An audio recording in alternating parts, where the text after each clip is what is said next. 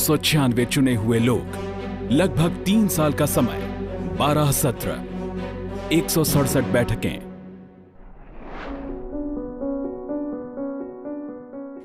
इस तरह भारत ने खुद को एक संविधान दिया। इतिहास में पहली बार धर्म, जाति, क्षेत्र, भाषा में बटा ये भूभाग एक संप्रभुता संपन्न राष्ट्र बना। एबीपी न्यूज इस खास कार्यक्रम हमारा संविधान में भारत के संविधान का हर पहलू आपके सामने रखेगा। संविधान जो महज एक किताब नहीं है, भारत की आत्मा है। Constitution is the supreme law of the land, यानी संविधान देश का सर्वोच्च कानून है। हमारी इस खास सीरीज का मकसद है कि देश का हर नागरिक इस सबसे महत्वपूर्ण दस्तावेज को जान सके, इसके हर पन्ने में दर्ज अपने अधिकारों को सरल भाषा में समझ सके। सबसे पहले इस सवाल का जवाब जान लेते हैं कि आखिर संविधान है क्या। संविधान वो ग्रंथ है जो सरकार, प्रशासन और व्यवस्था के तमाम अंगों को कामकाज की शक्ति देता है और उनका दायरा भी तय करता है। यानी देश कैसे चलेगा, सरकार किस तरह से काम करेगी, व्यवस्था का हर अंग कैसे काम करेगा, ये संविधान से तय होता है। संविधान के महत्व को समझने के लिए आप जरा सुप्रीम कोर्ट या हाई कोर्ट से सरकार के फैसलों को बदले या रद्द किए जाने के मामलों को याद करें। कोर्ट ऐसा इसलिए करता है क्योंकि सरकार, संसद या राज्य विधानसभा का कोई भी फैसला या कानून संविधान का उल्लंघन करने वाला नहीं हो सकता। मतलब देश में जो कुछ भी होगा संविधान के मुताबिक होगा। अब भारतीय संविधान के निर्माण की बात। दुनिया में जब से शासन व्यवस्था है तब से शासन के नियम तय किए जाते हैं।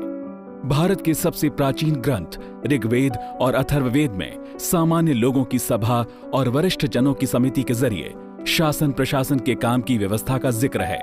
कौटिल्य के अर्थशास्त्र, पाणिनि के अष्टाध्यायी के साथ ही ऐतरेय ब्राह्मण, मनुस्मृति जैसे कई ग्रंथों में शासन की व्यवस्था, उसके अलग अलग अंगों के अधिकार जैसी बातों का ब्यौरा है। अशोक के शिलालेख भी एक तरह से शासन व्यवस्था का ही बखान करते हैं। आजादी के आंदोलन के दौरान ज्यादातर बड़े स्वतंत्रता सेनानी कानून के जानकार थे। उन्होंने महसूस किया कि भारत में शासन व्यवस्था के लिए नियम बनाने की जरूरत है।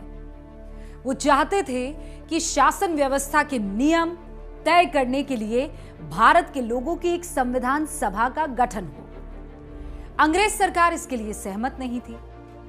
1935 में अंग्रेजों ने इस मांग को शांत करने के लिए अपनी तरफ से गवर्नमेंट ऑफ इंडिया एक्ट बनाया, लेकिन कांग्रेस ने इसका यह कहकर विरोध किया कि इसे भारत के लोगों ने नहीं बनाया है। आखिरकार दूसरे विश्व युद्ध के बाद जब भारत की आजादी की संभावनाएं बढ़ने लगी, तब संविधान सभा का गठन किया गया। इस संविधान सभा में पहले 389 चुने हुए सदस्य थे, जो देश के विभाजन के बाद 296 हो गए। ये सदस्य देश की अलग अलग असेंबली से चुनकर आए थे। जो प्रोविंशियल असेंबलीज थी उनसे ही प्रतिनिधि चुने गए और प्रतिनिधि चुनकर एक संविधान सभा बनी और दिसंबर 1946 में उसकी पहली मीटिंग हुई। सत्ता का हस्तांतरण तब तक नहीं हुआ था, वो 15 अगस्त 1947 को हुआ, लेकिन संविधान सभा ने दिसंबर 1946 में अपना काम शुरू कर दिया था। सोमवार 9 दिसंबर 1946 को सुबह 11 बजे से संविधान सभा की पहली बैठक हुई। इस बैठक का मुस्लिम लीग ने यह कहकर बहिष्कार किया कि मुसलमानों के लिए अलग देश का गठन किया जाना चाहिए। संविधान सभा की कुल 165 दिन बैठकें हुई। सभा के अध्यक्ष डॉक्टर राजेंद्र प्रसाद थे। सभा के संवैधानिक सलाहकार सर बेनेगल नरसिंह राव थे। बीएन राव ने दुनिया के बहुत सारे संविधानों का अध्ययन किया। यूके, आयरलैंड, कनाडा और अमेरिका जाकर वहां के कानून के विद्वानों से विस्तृत चर्चा की। फिर अक्टूबर 1947 में उन्होंने संविधान का पहला ड्राफ्ट तैयार किया।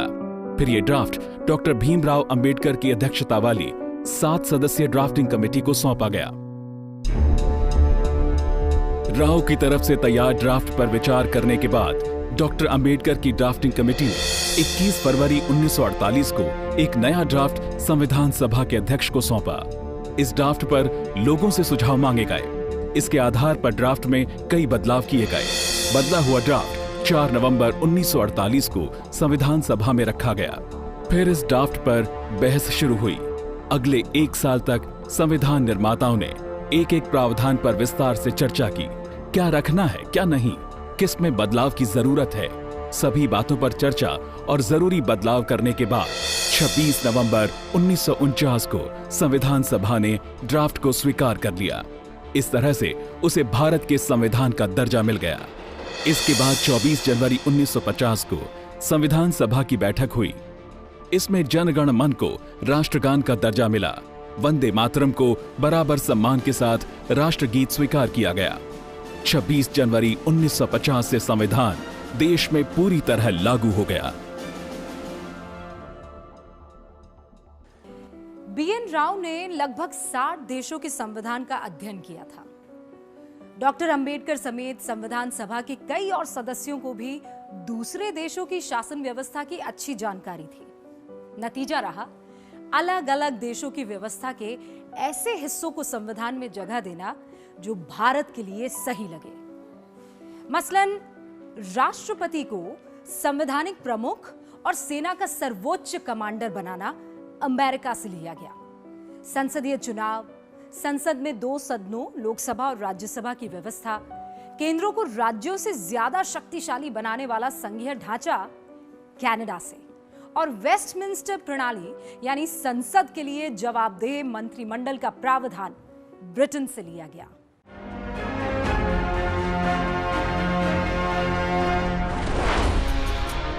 हमारा संविधान सीरीज में अब बात भारत के संविधान की उन विशेषताओं की जो इसे दुनिया के दूसरे देशों के संविधान से अलग बनाती हैं।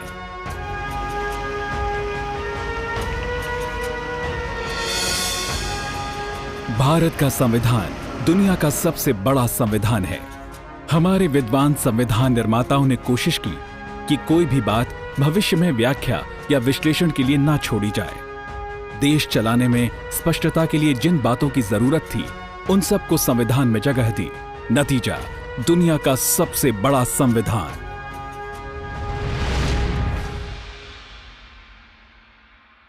भारत के संविधान की एक और खासियत है कि ये लिखित है। यूनाइटेड किंगडम में लिखित संविधान नहीं है।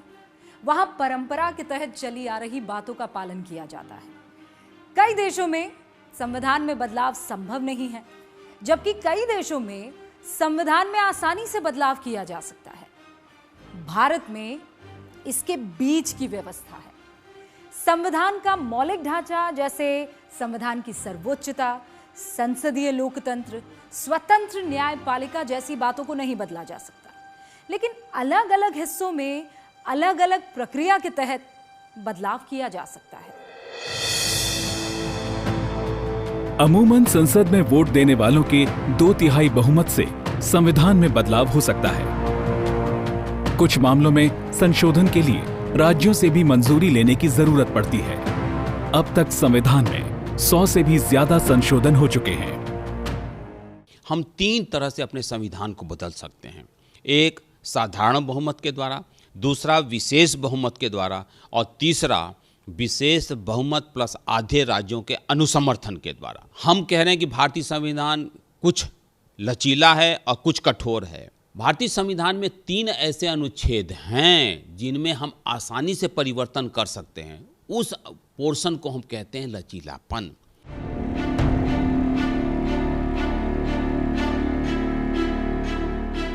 ब्रिटेन में पूरी तरह से केंद्रीय शासन है। वहां देश के सभी हिस्सों में केंद्र के प्रतिनिधि ही काम करते हैं, जबकि अमेरिका में संघीय ढांचा है। वहां पर राज्यों को बहुत ज्यादा स्वायत्तता हासिल है। भारत में संघीय ढांचा तो है, लेकिन उसका झुकाव केंद्र की तरफ रखा गया है। भारत जैसे विशाल और विविधता वाले देश में संविधान निर्माताओं ने इसकी जरूरत समझी। यही वजह है कि राज्य कई मामलों में अपने हिसाब से कानून बनाते हैं, प्रशासन चलाते हैं। लेकिन केंद्र अगर जरूरी समझे तो किसी राज्य सरकार को बर्खास्त करके राष्ट्रपति शासन लगा सकता है। भारत में एकल नागरिकता व्यवस्था है। सभी लोग भारत के नागरिक होते हैं, किसी राज्य का नागरिक नहीं होते। नागरिकों को देश के कुछ हिस्सों को छोड़कर कहीं भी आने जाने, बसने और व्यवसाय करने की स्वतंत्रता हासिल है। भारतीय संविधान की एक और विशेषता है वयस्क मताधिकार। 18 साल या उससे अधिक उम्र के हर नागरिक को मतदान के जरिए अपना प्रतिनिधि चुनने का अधिकार है। यहां धर्म, जाति, भाषा, प्रांत, लिंग आदि के भेदभाव के बिना हर नागरिक को वोट की शक्ति दी गई है। सबके वोट का महत्व एक बराबर है। भारत में राष्ट्रपति और संसदीय दोनों प्रणाली लागू है। भारत में राष्ट्रपति संवैधानिक प्रमुख होते हैं, लेकिन असल में देश का नेतृत्व संसद के निचले सदन में बहुमत का समर्थन पाने वाले प्रधानमंत्री करते हैं। अमेरिका में राष्ट्रपति के पास अपार शक्तियां हैं, वो किसी भी नागरिक को मंत्री बना सकते हैं। लेकिन भारत में सांसदों के बीच से ही मंत्री चुने जाते हैं और एक सांसद ही प्रधानमंत्री होता है। ब्रिटेन में भी पार्लियामेंट्री सिस्टम है, लेकिन वहां की हेड क्वीन है। क्वीन की जगह पर हमारे देश में राष्ट्रपति का पद माना गया है। भारत में राजशाही नहीं है। यहाँ किसी राज परिवार का व्यक्ति अपने जन्म के आधार पर देश का सर्वोच्च पद हासिल नहीं करता। देश का सर्वोच्च पद राष्ट्रपति का है, जिसके लिए चुनाव होता है। पद की योग्यता पूरी करने वाला कोई भी नागरिक राष्ट्रपति बन सकता है।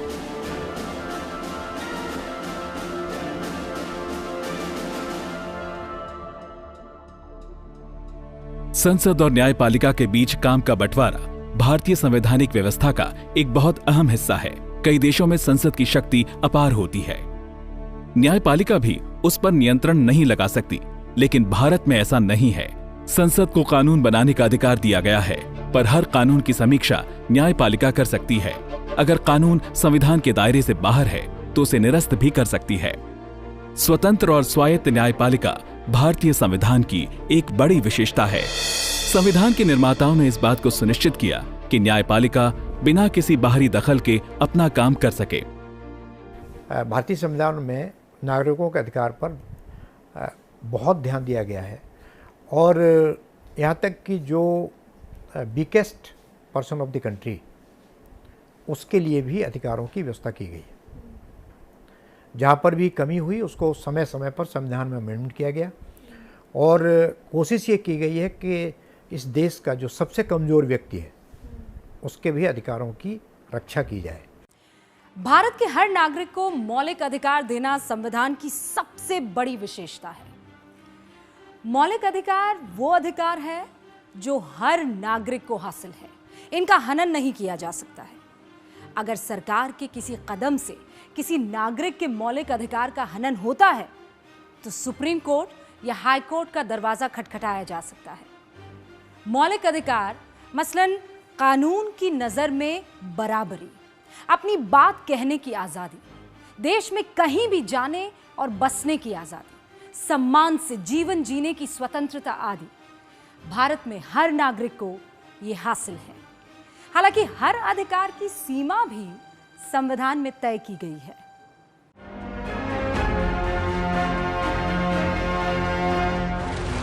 India that is Bharat. जी हां, यही भारत का आधिकारिक नाम है। संविधान के पहले अनुच्छेद में इसी नाम का जिक्र करते हुए भारत को राज्यों का एक संघ कहा गया है। तो क्या है इंडिया दैट इज भारत? संविधान निर्माता जैसा भारत चाहते थे, उसी के मुताबिक उन्होंने संविधान बनाया। पूरा संविधान जिन विचारों पर आधारित है उसका परिचय देती है संविधान की प्रस्तावना। संविधान की प्रस्तावना से हमें ये ज्ञात होता है कि हमारे जो संविधानकर्ता है कैसे देश बनाना चाहते थे। जब 1950 में संविधान को हम अमल में लाए, तब हमारे संविधानकर्ताओं ने एक ऐसे भारत की कल्पना की थी जहाँ पर सबको न्याय मिले, सब समान हो और एक मजबूत राष्ट्र बने। तो जब भी संविधान के कोई प्रावधान पर हमें उसकी इंटरप्रिटेशन का सवाल आता है तो हम हमेशा ये देखते हैं कि प्रिएम्बल में क्या कहा गया है।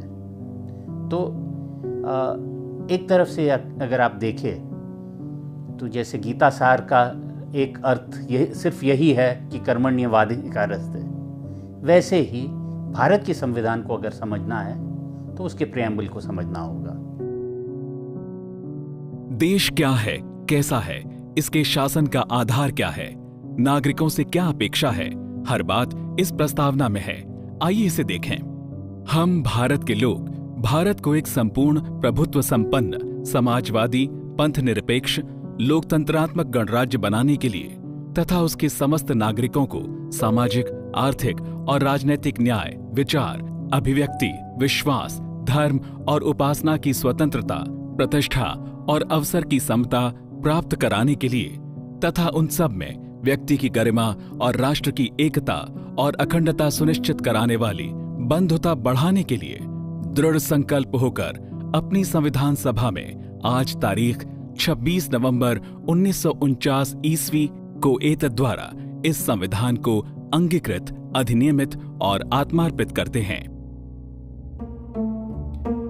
इस प्रस्तावना का एक एक शब्द भारत का परिचय देता है। सबसे पहले लिखा है संपूर्ण प्रभुत्व संपन्न समाजवादी पंथ निरपेक्ष लोकतंत्रात्मक गणराज्य, मतलब ऐसा देश जो किसी के अधीन नहीं है, जो पूरे समाज के कल्याण के लिए काम करता है, जहां शासन हर धर्म को समान दृष्टि से देखता है, जहां लोकतंत्र है, लोग खुद अपने प्रतिनिधि चुनते हैं। आगे सभी नागरिकों को सामाजिक, आर्थिक और राजनीतिक न्याय देने का जिक्र है। साफ है कि भारत में हर नागरिक को सामाजिक, आर्थिक और राजनीतिक तौर पर एक जैसा अवसर देना, विषमताओं को दूर करना भारत की शासन व्यवस्था का आदर्श माना गया है। इसके बाद नागरिकों को विचार, अभिव्यक्ति, विश्वास, धर्म और उपासना की स्वतंत्रता, प्रतिष्ठा और अवसर की समता दिलाने और व्यक्ति की गरिमा, राष्ट्र की एकता और अखंडता को सुनिश्चित कराने वाली बंधुता बढ़ाने की बात कही गई है। एक एक शब्द बहुत महत्वपूर्ण है। इसके मुताबिक भारत के सभी नागरिकों को अपनी बात कहने, अपना धर्म मानने की आजादी है, सबका सम्मान है और सबको बराबरी का दर्जा हासिल है।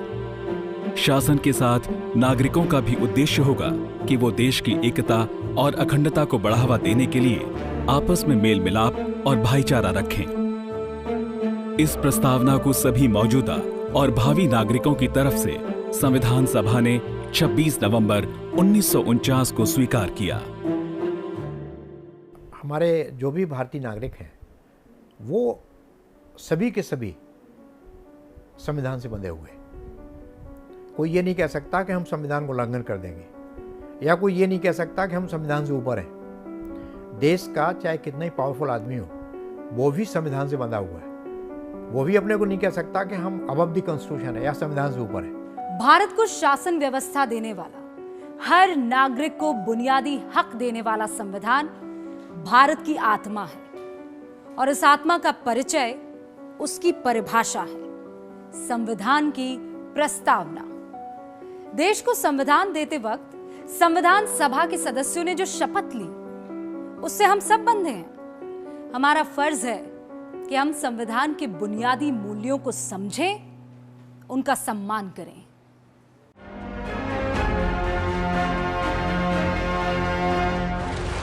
संविधान सीरीज में अब हम एक एक करके नागरिकों को हासिल मौलिक अधिकारों की बात करेंगे। मौलिक अधिकार भारतीय संविधान की सबसे बड़ी विशेषताओं में से एक है। भारत उन देशों में शामिल है जो स्पष्ट रूप से अपने नागरिकों और भारत में रह रहे किसी व्यक्ति के सामान्य मानव अधिकार को मौलिक अधिकार का दर्जा देता है, यानी ऐसे अधिकार जिन्हें किसी नागरिक से छीना नहीं जा सकता। तमाम अधिकारों के दायरे तय किए गए हैं। विशेष परिस्थितियों में या अधिकार का दुरुपयोग होने की स्थिति में वो अधिकार नागरिक को उपलब्ध नहीं हो पाता। मौलिक अधिकारों में सबसे पहले आता है समानता का अधिकार। अनुच्छेद 14 से लेकर 18 तक इस अधिकार का जिक्र है। अनुच्छेद 14 है right to equality before law and equal protection of law. इसके मुताबिक हर व्यक्ति कानून की नजर में बराबर है, किसी को विशेष दर्जा हासिल नहीं है, सबको कानून का एक समान संरक्षण हासिल है।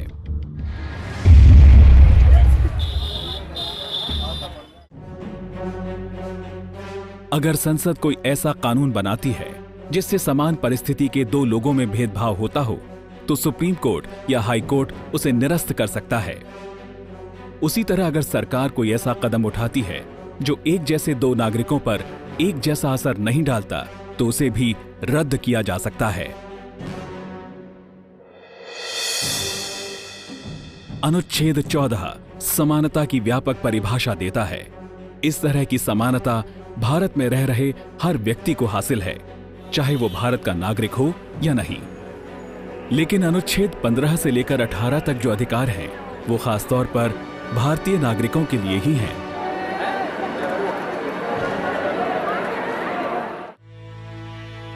अनुच्छेद 15 के मुताबिक भारत में किसी भी व्यक्ति के साथ सिर्फ उसके धर्म, भाषा, जाति या लिंग के आधार पर भेदभाव नहीं हो सकता। मतलब हर नागरिक को एक समान अवसर मिलेगा। किसी के साथ भी सिर्फ इस वजह से भेदभाव नहीं किया जाएगा कि वो किसी खास धर्म, जाति, भाषा, क्षेत्र या लिंग का है। यहां आपके मन में यह सवाल आ सकता है कि जब संविधान जाति के आधार पर भेदभाव की मनाही करता है, तब आरक्षण की व्यवस्था इस देश में क्यों है? आपके सवाल में ही जवाब छुपा है। अगर समाज का कोई वर्ग पहले से असमानता की स्थिति में है, तो उसे दूसरों की बराबरी पर लाना भी सरकार का संवैधानिक दायित्व है। यही आरक्षण का आधार है।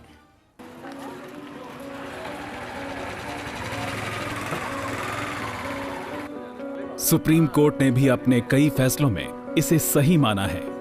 हालांकि किसी भी तबके को कमजोर बताकर आरक्षण देने का मनमाना फैसला सरकार नहीं ले सकती। इसके लिए जरूरी आंकड़े जुटाकर इस बात का प्रमाण इकट्ठा किया जाना चाहिए कि उस तबके को वाकई आरक्षण की जरूरत है। ऐसा नहीं होने की स्थिति में कोर्ट कई बार सरकार की तरफ से दिए गए आरक्षण को रद्द कर चुका है। देखिए, समानता की बात तो करी है 15 और 16 में, लेकिन ये भी बोला है कि जो पिछड़े समाज में जो पिछड़ी जाति के लोग हैं, शेड्यूल्ड कास्ट वगैरह हैं, उनके लिए अफर्मेटिव एक्शन के लिए जॉब्स में रिजर्वेशन किया जा सकता है, सरकारी जॉब्स में। लेकिन उस पर सुप्रीम कोर्ट ने बोला है कि 50% से ज़्यादा नहीं हो सकता ओवरऑल रिजर्वेशन। अनुच्छेद 16 सरकारी नौकरियों में सबको समान अवसर दिए जाने की बात कहता है। यानी यहां भी किसी भी जाति, धर्म, भाषा, क्षेत्र के चलते कोई भेदभाव नहीं किया जा सकता। लेकिन नौकरियों में आरक्षण दिया जाता है। इसकी वजह आपको पहले ही बताई जा चुकी है। अगर कोई तबका पहले से कमजोर है तो उसे ऊपर लाना सरकार का दायित्व है।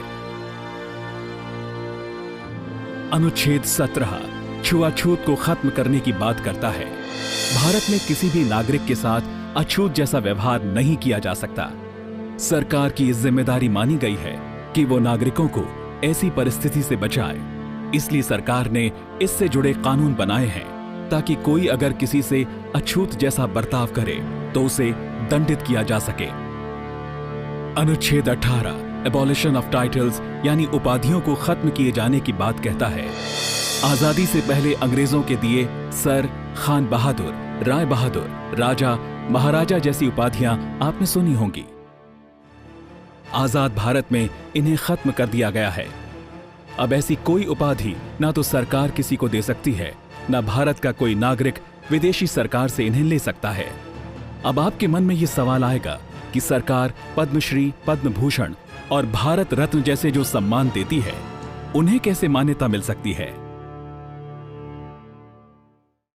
सुप्रीम कोर्ट इस पर सुनवाई के बाद फैसला दे चुका है। फैसले में माना गया था कि पद्म पुरस्कार या भारत रत्न नागरिकों को किसी भी क्षेत्र में उनके उल्लेखनीय योगदान के लिए दिया जाने वाला सम्मान है। ये कोई उपाधि नहीं जिसे लोग अपने नाम के आगे या पीछे लगाते हैं और दूसरे के मुकाबले अपने आप को बेहतर साबित करने की कोशिश करते हैं। योगदान के लिए मिलने वाले सम्मान को अनुच्छेद 18 का उल्लंघन नहीं माना जा सकता।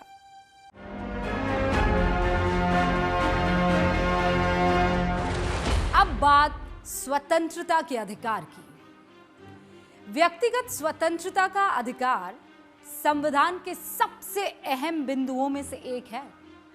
स्वतंत्रता के कुछ अधिकार सिर्फ भारतीय नागरिकों को हासिल है, जबकि कुछ भारत की धरती पर रह रहे हर व्यक्ति के लिए है। सबसे पहले बात अनुच्छेद 19 की। इस अनुच्छेद के तहत कई तरह के अधिकार आते हैं। 19(1)(a) यानी अभिव्यक्ति की स्वतंत्रता एक ऐसा अधिकार है जिस पर हाल के दिनों में सबसे ज्यादा चर्चा हुई है। ये अनुच्छेद हर नागरिक को अपनी बात मौखिक, लिखित और चित्र के जरिए या किसी भी दूसरे तरीके से अभिव्यक्त करने की आजादी देता है। हालांकि इस अधिकार की अपनी सीमाएं हैं।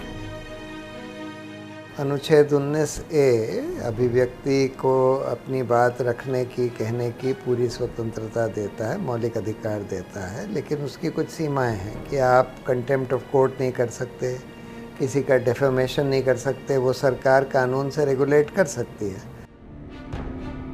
अभिव्यक्ति का इस्तेमाल देश की एकता, अखंडता को खतरा पहुंचाने, अश्लीलता फैलाने, कानून व्यवस्था की स्थिति खराब करने, किसी को अपराध के लिए उकसाने, अदालत की अवमानना करने या किसी की मानहानि करने के लिए नहीं किया जा सकता।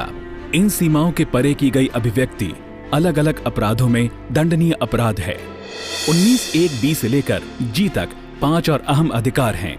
ये अधिकार हैं शांतिपूर्वक बिना हथियार के कहीं इकट्ठा होने की आजादी, संगठन बनाने की आजादी, भारत में कहीं भी आने जाने की आजादी, भारत के किसी भी राज्य या शहर में बसने की आजादी, रोजगार या व्यवसाय चुनने की आजादी। इन सभी अधिकारों की भी सीमाएं हैं। जैसे अगर कानून व्यवस्था की स्थिति बिगड़ने का अंदेशा हो तो शांतिपूर्वक जमा होने के अधिकार पर प्रशासन अंकुश लगा सकता है। इसके लिए CRPC की धारा 144 का इस्तेमाल किया जाता है। इसी तरह संगठन बनाने, भारत में कहीं भी आने जाने, व्यवसाय करने जैसे अधिकारों का इस्तेमाल भी कानून व्यवस्था के दायरे में ही हो सकता है। मसलन व्यवसाय चुनने के अधिकार का मतलब यह नहीं हो सकता कि कोई किसी प्रतिबंधित चीज का व्यापार शुरू कर दे। कहीं आने जाने का मतलब ऐसी जगह में चले जाना नहीं हो सकता जहां जाने की अनुमति ना हो। संगठन बनाने के अधिकार का मतलब आपराधिक गिरोह बनाना नहीं हो सकता। देश का मतलब ये हमारा घर है। हर व्यक्ति को अपने घर में आने जाने रहने की स्वतंत्रता है। तो हम देश को अगर हम सीमाओं में बांध देंगे कि हम इस सीमा तक ही व्यवसाय कर सकते हैं या इस क्षेत्र में हम व्यवसाय कर सकते हैं, उस क्षेत्र में नहीं कर सकते, तो ये होगा कि फिर हमारा देश कहाँ रहा? Where the country? कंट्री का मतलब है एक राष्ट्र, और सारे जो हमारे प्रदेश हैं ये जैसे पार्ट ऑफ बॉडी है, उसी तरह से पार्ट ऑफ बॉडी की तरह से हमारे सारे राज्य हैं।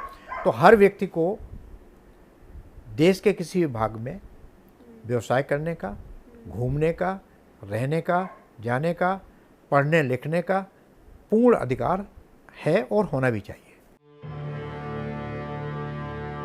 अनुच्छेद 20 किसी भी अपराध के आरोपी को विशेष मौलिक अधिकार देता है। जैसे अपराध के लिए सजा उसी कानून के तहत मिलती है जो अपराध किए जाने के वक्त अस्तित्व में थी। किसी नए कानून के तहत पहले किए गए अपराध की सजा नहीं मिलती है। एक ही अपराध के लिए 2 बार मुकदमा नहीं चलाया जा सकता या 2 बार दंड नहीं दिया जा सकता। हालांकि इसका अर्थ सिर्फ अदालत में चलने वाले मुकदमे से है।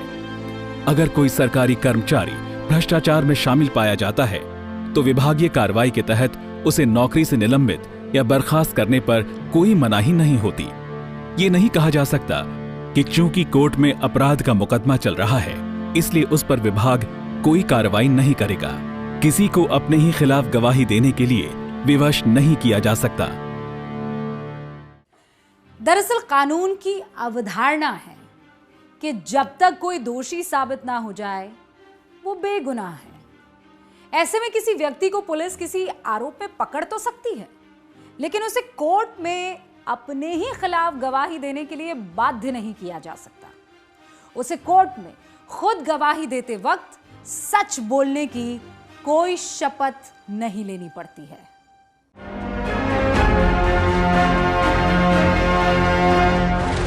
अब बात एक बेहद अहम अधिकार की, जीवन का अधिकार।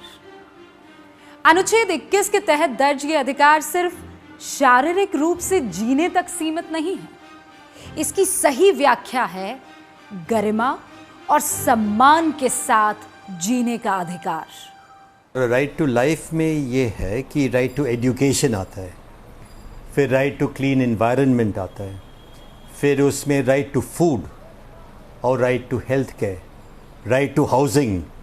ये सारे जो अधिकार है, जो सबसे इम्पोर्टेंट अधिकार है, वो आर्टिकल 21 में है। तो कहा जा सकता है कि ये सबसे इम्पोर्टेंट आर्टिकल है कॉन्स्टिट्यूशन का। PUCL केस में राइट टू फूड का केस था और उसमें जो भूखमरी का जो प्रश्न था वो सवाल उठाया सुप्रीम कोर्ट ने, और आखिर में जजमेंट में सुप्रीम कोर्ट ने कहा कि सभी को राशन कार्ड मिलने का अधिकार है, आंगनबाड़ी में बच्चों को खाना मिलने का अधिकार है, और बुजुर्ग लोगों के लिए उनका पेंशन वगैरह वगैरह। तो PUCL केस मेन केस है आर्टिकल 21 के बारे में। सुप्रीम कोर्ट ने अपने तमाम फैसलों में इसका दायरा बढ़ाया है। 1978 में मेनका गांधी बनाम भारत सरकार मामले में कोर्ट ने कहा कि जीवन के अधिकार का अर्थ सम्मान से जीना है। प्रेमशंकर बनाम दिल्ली मामले में कोर्ट ने किसी आरोप में गिरफ्तार व्यक्ति को हथकड़ी पहनाने पर रोक लगाई। हाल ही में दिए कोर्ट ने निजता यानी प्राइवेसी को भी मौलिक अधिकार करार दिया है। उसे भी सम्मान के साथ जीवन जीने का हिस्सा बताया गया है। इसी तरह 1992 में दिए गए एक फैसले में सुप्रीम कोर्ट ने 6 से 14 साल के बच्चों की शिक्षा को भी मौलिक अधिकार बताया है। कोर्ट ने माना था कि सम्मान के साथ जीने के मौलिक अधिकार के लिए जरूरी है कि लोग शिक्षित हों। कोर्ट के इसी फैसले की वजह से संविधान में संशोधन कर अनुच्छेद 21A जोड़ा गया। ये 6 से 14 साल तक के बच्चों को अनिवार्य और निःशुल्क शिक्षा का अधिकार देता है। स्वतंत्रता के अधिकार के तहत अब आखिर में बात अनुच्छेद 22 की। यह अनुच्छेद किसी व्यक्ति के गिरफ्तार होने की स्थिति में उसके अधिकारों की बात करता है। ब्रिटिश शासनकाल में किसी को कभी भी हिरासत में लिया जाना आम बात थी। आजाद भारत में ऐसा नहीं है। अनुच्छेद 22 स्पष्ट रूप से कहता है कि पुलिस किसी को गिरफ्तार करते वक्त उसे इसकी वजह बताएगी। गिरफ्तारी के दौरान उसे कानूनी मदद लेने अपने वकील से मिलने से नहीं रोका जाएगा।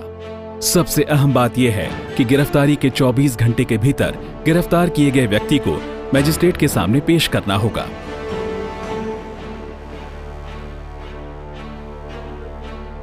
अनुच्छेद 22 में ये भी लिखा है कि अगर किसी को अरेस्ट किया जाता है तो उसको तुरंत ये बताना पड़ेगा कि किस आधार पर उसको अरेस्ट किया गया है।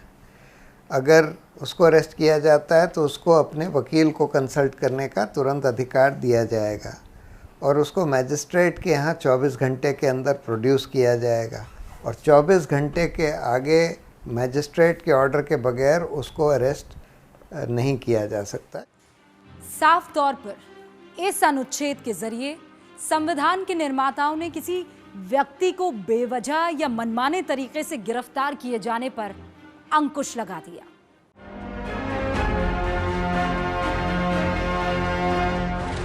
संविधान सीरीज में अब हम बात करेंगे शोषण के विरुद्ध अधिकार की। अनुच्छेद 23 और 24 में इन अधिकारों का जिक्र है। अनुच्छेद 23 स्पष्ट रूप से कहता है कि मानव तस्करी नहीं की जा सकती है।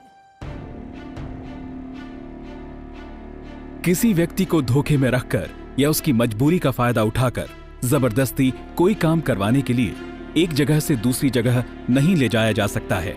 उससे बेगारी या जबरन बंधुआ मजदूरी नहीं कराई जा सकती है। सीधे सीधे शब्दों में कहें तो किसी भी व्यक्ति को उसकी इच्छा के विरुद्ध कोई काम या रोजगार करने के लिए बाध्य नहीं किया जा सकता है।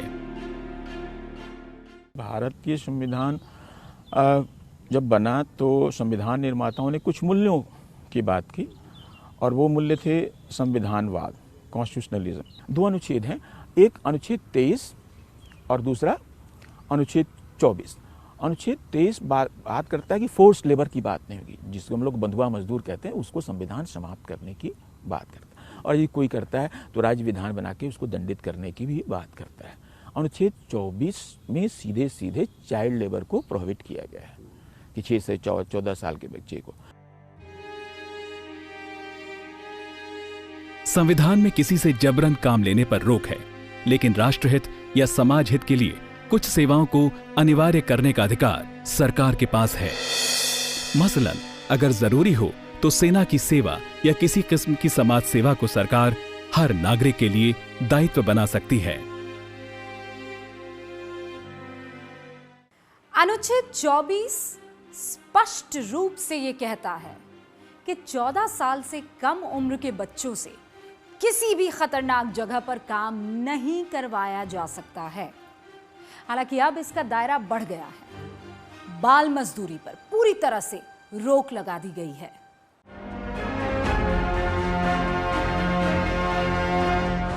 धार्मिक स्वतंत्रता का अधिकार, एक ऐसा अधिकार जो हाल फिलहाल काफी चर्चा का विषय बना।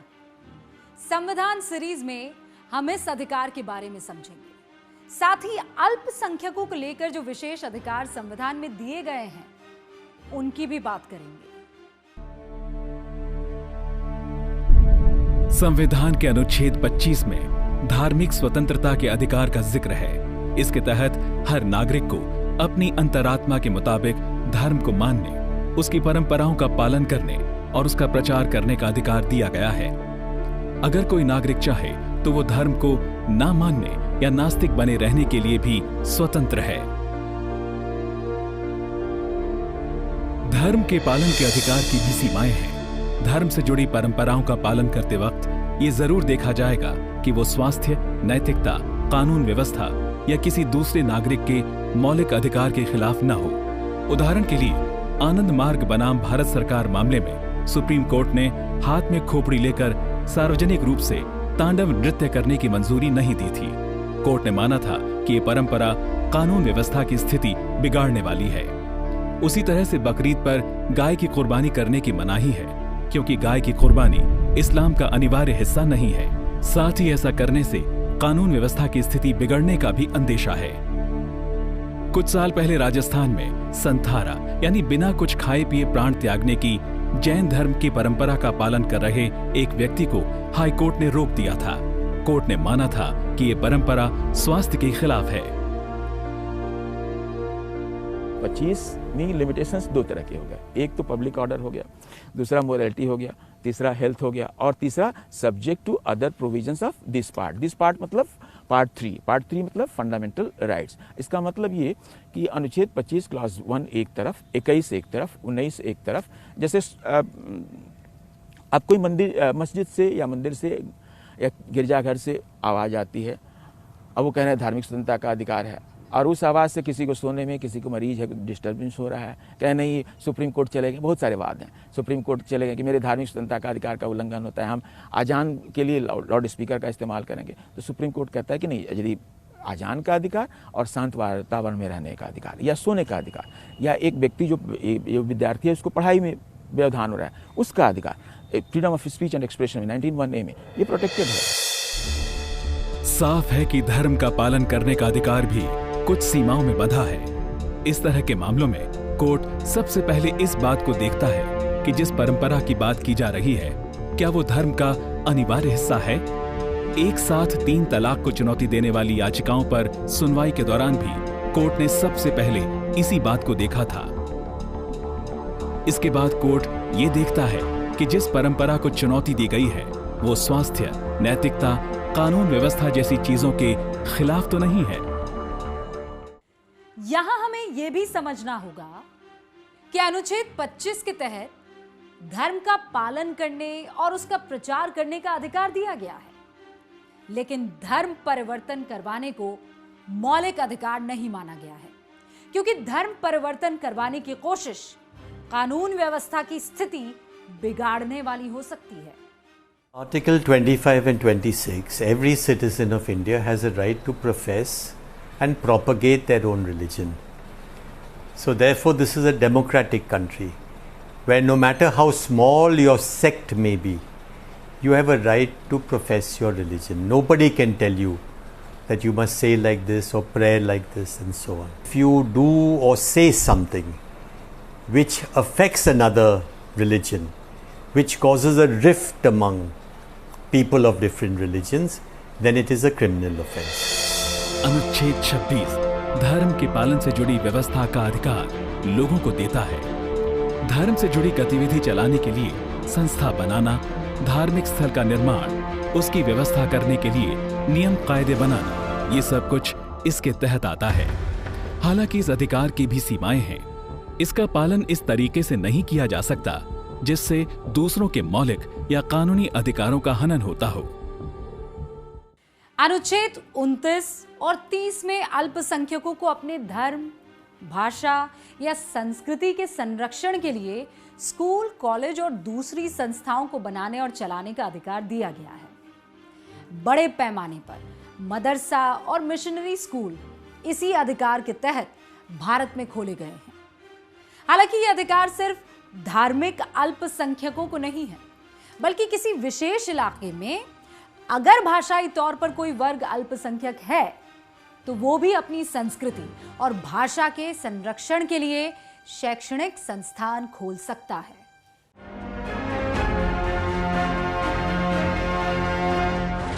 संविधान ने नागरिकों को जहां कई मौलिक अधिकार दिए हैं, वहीं इस बात का भी ध्यान रखा है कि इन अधिकारों का हनन ना हो सके।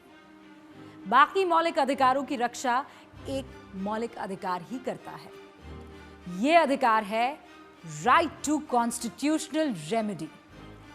अनुच्छेद 32 हर नागरिक को अधिकार देता है कि अगर सरकार के किसी फैसले से उसके या किसी और के मौलिक अधिकार बाधित हो रहे हों तो वो सीधे सुप्रीम कोर्ट में याचिका दाखिल कर सकता है।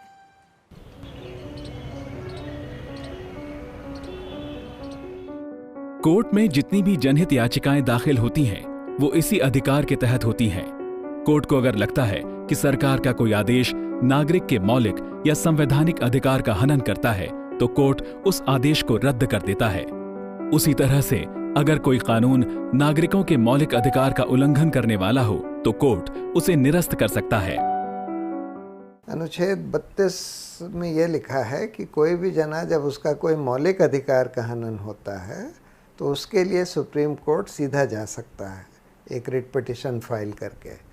तो इसको सुप्रीम कोर्ट ने बोला है कि यह तो बिल्कुल संविधान का मूल ढांचा है, अनुच्छेद 32 कि ये तो बहुत ही अहम प्रोविज़न है संविधान का, क्योंकि सुप्रीम कोर्ट ही एक गारंटी है। सुप्रीम कोर्ट और हाई कोर्ट्स जो हैं, यही लोगों के मौलिक अधिकार की रक्षा के लिए बनाए गए हैं।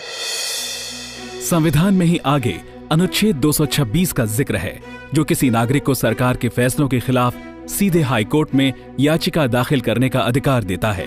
हालांकि अनुच्छेद 226 को मौलिक अधिकार का दर्जा नहीं है, लेकिन सुप्रीम कोर्ट अपने कई फैसलों में ये व्यवस्था दे चुका है कि जिस बात का समाधान हाई कोर्ट के स्तर पर हो सकता है, उसके लिए सीधे सुप्रीम कोर्ट में याचिका दाखिल करने की जरूरत नहीं है।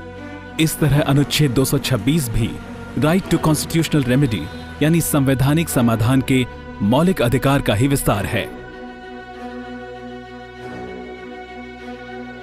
कि अनुच्छेद 226 के अंतर्गत मूल अधिकार के अलावा हम अन्य अधिकारों के भी हम उसके अंतर्गत उससे क्लेम कर सकते हैं अनुच्छेद 226 के अंतर्गत हाई कोर्ट से। सिर्फ हम मूल अधिकार का ही प्रवर्तन कराते हैं सुप्रीम कोर्ट में, यहाँ पर मूल अधिकार के हाई कोर्ट में मूल अधिकार के साथ साथ अन्य अधिकारों की भी डिमांड हम कर सकते हैं, प्रवर्तन करा सकते हैं हाई कोर्ट में। इसलिए अनुच्छेद 226 का क्षेत्राधिकार बड़ा है, बशर्ते कि अनुच्छेद 32 के सुप्रीम कोर्ट के क्षेत्राधिकार से। अनुच्छेद 32 के तहत सिर्फ मौलिक अधिकारों के हनन के खिलाफ सुप्रीम कोर्ट जाया जा सकता है, जबकि 226 के तहत मौलिक अधिकारों के अलावा दूसरे कानूनी अधिकारों का भी सवाल उठाते हुए हाईकोर्ट में याचिका दाखिल की जा सकती है। अनुच्छेद 32 की याचिका सिर्फ सरकार या सरकारी संस्थान के खिलाफ दाखिल हो सकती है। 226 की याचिका सरकार ही नहीं, किसी भी व्यक्ति या संस्थान के खिलाफ दाखिल की जा सकती है।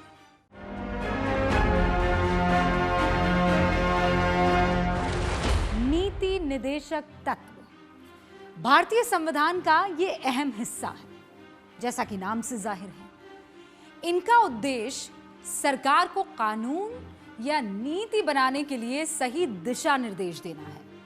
इनका जिक्र संविधान के अनुच्छेद 36 से 51 में है। इन्हें संविधान का हिस्सा बनाने की प्रेरणा आयरलैंड के संविधान से ली गई है। यहां यह स्पष्ट करना जरूरी है कि नीति निर्देशक सिद्धांतों का पालन किसी सरकार के लिए अनिवार्य नहीं है। इसीलिए अगर किसी सिद्धांत का पालन ना हो रहा हो तो उसके लिए अदालत का दरवाजा नहीं खटखटाया जा सकता। सरकार जो भी कानून बनाती है, जो भी कदम उठाती है, इन्हीं सिद्धांतों पर चलते हुए अपना कार्य करती है। पर ये जो सिद्धांत है ये नॉन जस्टिसेबल है। इसको अमल में लाने के लिए आप कोर्ट जा नहीं सकते हैं। इन सिद्धांतों का मकसद देश में न्यायपूर्ण और आदर्श समाज की स्थापना में मदद है, लेकिन सरकार परिस्थिति के मुताबिक इनका पालन किए बिना भी कोई कानून बना सकती है। उदाहरण के लिए नशे का उन्मूलन भी एक नीति निदेशक सिद्धांत है, लेकिन ज्यादातर राज्यों में शराब का व्यापार राजस्व के सबसे बड़े माध्यमों में से एक है। आइए एक एक करके हम नीति निदेशक तत्वों के बारे में जानते हैं। अनुच्छेद 38 सामाजिक, आर्थिक और राजनीतिक न्याय की बात करता है। इसके तहत केंद्र और राज्य सरकारों से अपेक्षा की गई है कि वो हर तरह की असमानता को दूर करने की कोशिश करेंगे। राज्य लोगों की आमदनी में असमानता को कम करने का प्रयास करेगा, साथ ही सबको एक समान अवसर दिलाने का प्रयास करेगा। अनुच्छेद 39 में सरकारों से यह अपेक्षा जताई गई है कि वो अपनी नीतियां इस तरह से बनाएंगे कि पुरुष और स्त्रियों सबको जीवन यापन के उपयुक्त साधन मिल सकें। प्राकृतिक संसाधनों का वितरण इस तरीके से किया जाएगा जिससे सबको लाभ मिल सके। बच्चों को विकसित होने के लिए स्वास्थ्यवर्धक माहौल देने के लिए नीति बनाई जाएगी। किसी को भी अपनी आयु या शारीरिक क्षमता से परे जाकर मजबूरी में काम न करना पड़े, इसका ध्यान भी सरकार रखेगी। 39A में गरीबों को मुफ्त कानूनी सहायता दिए जाने की बात कही गई है। इसी का पालन करते हुए हर जिले में लोगों को मुफ्त कानूनी मदद देने के लिए लीगल सर्विस अथॉरिटी का गठन किया गया है। अनुच्छेद 40 में पंचायती राज से जुड़ी संस्थाओं को मजबूत करने की बात कही गई है, जबकि 41 में सरकार का ये फर्ज माना गया है कि वो अपने पास उपलब्ध संसाधनों के जरिए लोगों को रोजगार और शिक्षा उपलब्ध कराने की कोशिश करेगी। बेरोजगार, वृद्ध, शारीरिक रूप से अक्षम या बीमार लोगों को सहायता पहुंचाई जाएगी। अनुच्छेद 42 और 43 में सरकार का दायित्व माना गया है कि वो लोगों को जिंदगी चलाने लायक आमदनी, मानवीय हालात में काम करने की सुविधा जैसी बातें उपलब्ध कराएगी। महिलाओं को मातृत्व अवकाश मिलेगा। लोगों का जीवन स्तर इस तरह बनाने की कोशिश की जाएगी कि वो जीवन का आनंद ले सकें, सामाजिक और सांस्कृतिक कार्यक्रमों में शामिल हो सकें। अनुच्छेद 44 में सरकारों से ये अपेक्षा की गई है कि वो पूरे देश में एक समान नागरिक संहिता यानी यूनिफॉर्म सिविल कोड लागू करने की कोशिश करेंगे। सुप्रीम कोर्ट 1994 के SR बोमई फैसले में सरकार से ये कह चुका है कि अब अनुच्छेद 44 के तहत काम करने का समय आ गया है। संविधान निर्माताओं की इस भावना को ठंडे बस्ते में नहीं रखा जाना चाहिए, लेकिन अभी तक इस नीति निर्देशक सिद्धांत के आधार पर किसी सरकार ने कानून में बदलाव करने की कोशिश नहीं की है।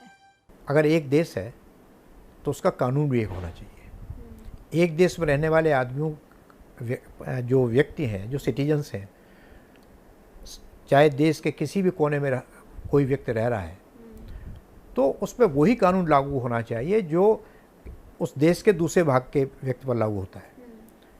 ऐसा नहीं होना चाहिए कि एक देश में दो कानून लागू हो। अनुच्छेद 45 शुरू में 6 से 14 साल तक के बच्चों की निःशुल्क शिक्षा की नीति बनाए जाने की बात करता था। अब इसे अनुच्छेद 21A के तहत शिक्षा के मौलिक अधिकार का दर्जा मिल गया है। ऐसे में अनुच्छेद 45 में संशोधन करके ये लिखा गया है कि सरकार 6 साल से कम उम्र के बच्चों के स्वास्थ्य और विकास पर विशेष ध्यान देगी। अनुच्छेद 46 अनुसूचित जाति और जनजाति और दूसरे कमजोर तबकों के शैक्षणिक और आर्थिक विकास के लिए सरकार से विशेष कदम उठाए जाने की उम्मीद करता है।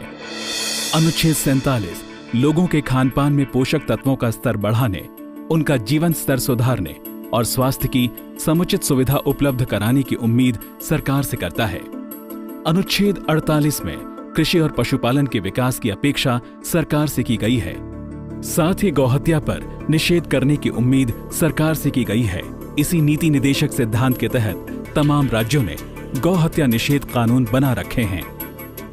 अनुच्छेद 49 राष्ट्रीय महत्व के स्मारकों की सुरक्षा की उम्मीद सरकार से करता है, जबकि 50 न्यायपालिका को सरकार के दखल से मुक्त रखने की बात कहता है।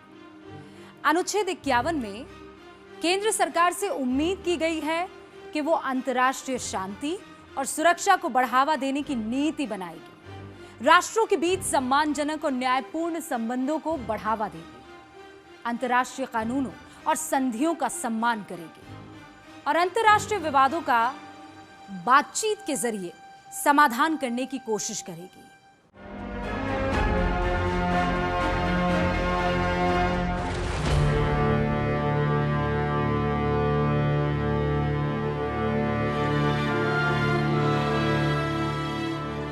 संविधान ने हमें बहुत सारे मौलिक अधिकार दिए हैं, लेकिन क्या हमारे पास सिर्फ अधिकार ही हैं, कर्तव्य नहीं? कर्तव्यों को संविधान का हिस्सा बनाने को लेकर लंबी बहस हुई। संविधान के निर्माण के दौरान कई नेता कर्तव्यों का भी उल्लेख उसमें किए जाने के पक्ष में थे। खुद महात्मा गांधी ने कहा था, अधिकारों का जन्म कर्तव्य से होता है। मेरी मां निरक्षर थी, लेकिन बहुत बुद्धिमान थी। उन्होंने मुझे बताया कि अगर सब लोग अपने फर्ज को निभाएं, तो दूसरों के अधिकारों की रक्षा खुद ही हो जाएगी।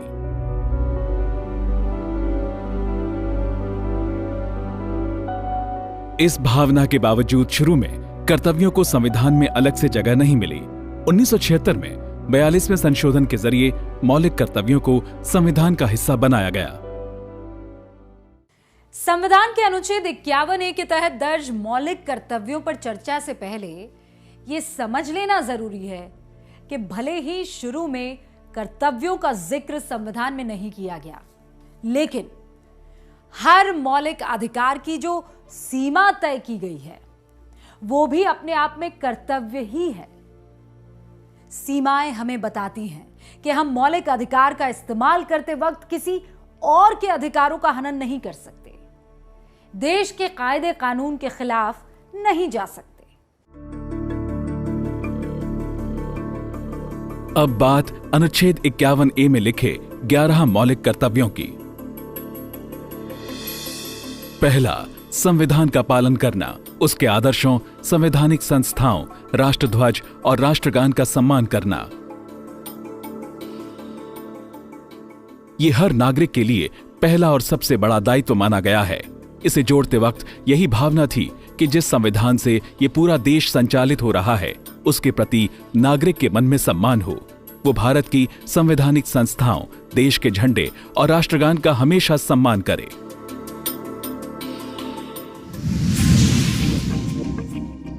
दूसरा, स्वतंत्रता संग्राम के आदर्शों से नागरिक प्रेरणा लें, उनका पालन करें। यानी जिन भावनाओं के चलते हमारे पूर्वज देश के लिए संघर्ष कर रहे थे, जिनके लिए उन्होंने अपनी जान की चिंता नहीं की, उन आदर्शों से हम भी प्रेरणा लेते रहें।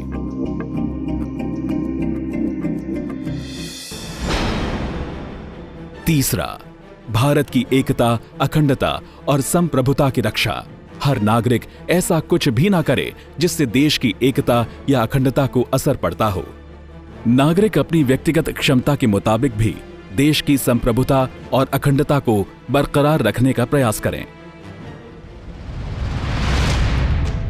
चौथा, देश की रक्षा करना।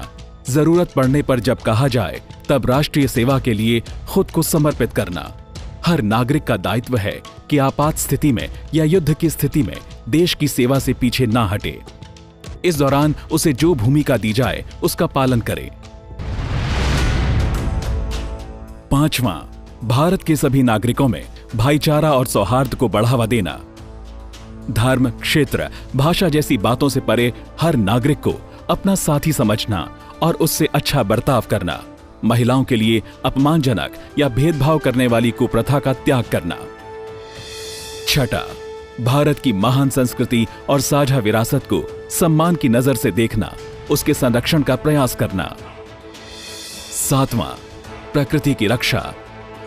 जंगल, तालाब, नदियों और वन जीवन के लिए आदर का भाव रखना, उन्हें बचाने की कोशिश करना, सभी जीवों के प्रति दया का भाव रखना।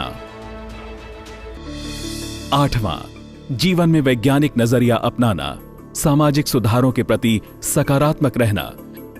यानी हर नागरिक से यह उम्मीद की गई है कि वो अंधविश्वास से दूर रहेगा, समाज के हर व्यक्ति के जीवन में सुधार के प्रयास का समर्थन करेगा। नवां, सार्वजनिक संपत्ति को नुकसान न पहुंचाना, हिंसा से दूर रहना। 10वां, जिस क्षेत्र में काम कर रहे हों वहां बेहतरीन प्रदर्शन की कोशिश करना, ताकि व्यक्तिगत तरक्की के साथ समाज और राष्ट्र को भी प्रगति के रास्ते पर बढ़ाया जा सके। 11वां, माता पिता या अभिभावक 14 साल तक के बच्चों को शिक्षा का अवसर दें, उन्हें पढ़ाई लिखाई से वंचित न रखें। मौलिक कर्तव्य यानी फंडामेंटल ड्यूटीज भारत के संविधान में पहले थे नहीं। इमरजेंसी के तहत 1976 में 42nd कॉन्स्टिट्यूशनल अमेंडमेंट के तहत ये संविधान में जोड़े गए हैं। इसके तहत एक आदर्श नागरिक क्या क्या करना चाहिए वो उसके बारे में लिखा गया है। पर ऐसा नहीं है कि अगर आप फंडामेंटल ड्यूटीज़ को फॉलो नहीं करते हो कि आप भारत के नागरिक नहीं हो। अगर ध्यान से देखें तो ये तमाम मौलिक कर्तव्य ऐसे हैं जिन्हें साधारण जीवन में भी हर नागरिक के लिए आदर्श माना जाता रहा है। बस संविधान में औपचारिक जगह 1976 में मिली। इससे पहले संविधान में नागरिकों के अधिकार तो लिखे गए थे, सरकार कैसे काम करेगी इसके लिए नीति निर्देशक तत्व भी रखे गए थे, लेकिन नागरिकों के फर्ज क्या है इनका जिक्र नहीं था। ध्यान से देखा जाए तो लगभग सभी कर्तव्यों का पालन सुनिश्चित कराने के लिए कानून अस्तित्व में है। जैसे अगर कोई राष्ट्रध्वज, राष्ट्रीय गान का निरादर करता है, उसे prevention of insult to national honour act के तहत दंड दिया जा सकता है। मूल कर्तव्य का मतलब अपने राष्ट्र के प्रति आपका एक कर्ज है, एक फर्ज है। उस फर्ज को अपने काम के द्वारा पूरा करें। यह कर्तव्य बाध्यकारी नहीं है, लेकिन इसमें दो तरह की बातें हैं।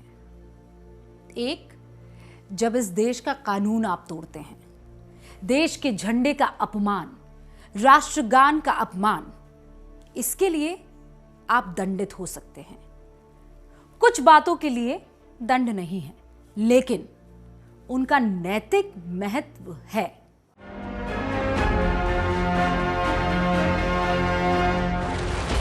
भारत के संविधान निर्माताओं ने व्यवस्था के 3 महत्वपूर्ण अंग रखे: कार्यपालिका, विधायिका और न्यायपालिका। संविधान सीरीज में हम तीनों अंगों पर बात करेंगे। शुरुआत कार्यपालिका से। कार्यपालिका को सरल शब्दों में सरकार भी कह सकते हैं, यानी व्यवस्था का वो हिस्सा जो असल में उसे चला रहा है। कार्यपालिका के अहम हिस्से हैं राष्ट्रपति, उपराष्ट्रपति, मंत्रिपरिषद और प्रधानमंत्री। पहले बात राष्ट्रपति की।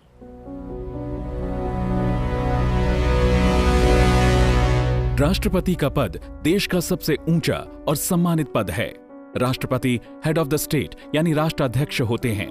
सरकार की सारी शक्तियां उनमें निहित हैं। सारे आदेश उनकी तरफ से ही जारी किए जाते हैं। वो अपने मातहत अधिकारियों के जरिए शासन करते हैं।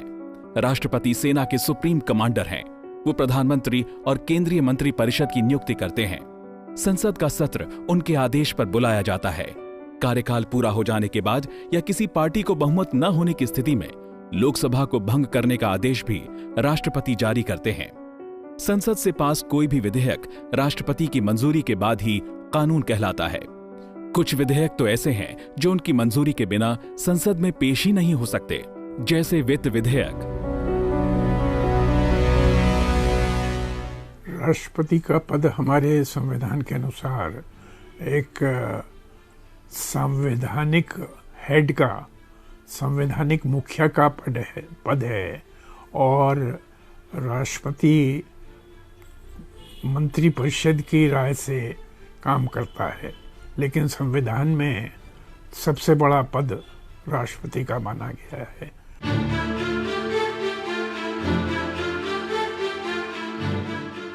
जब संसद का सत्र न चल रहा हो तो राष्ट्रपति अध्यादेश पारित कर सकते हैं। मतलब जब संसद कोई कानून पारित करने की स्थिति में न हो और कोई कदम उठाने की तुरंत आवश्यकता हो तो राष्ट्रपति अध्यादेश पारित करते हैं। इसका दर्जा कानून के बराबर होता है। हालांकि सुप्रीम कोर्ट ये साफ कर चुका है कि अध्यादेश एक अस्थायी प्रावधान है। तय समय सीमा के भीतर अध्यादेश को संसद से पास करवाना जरूरी है।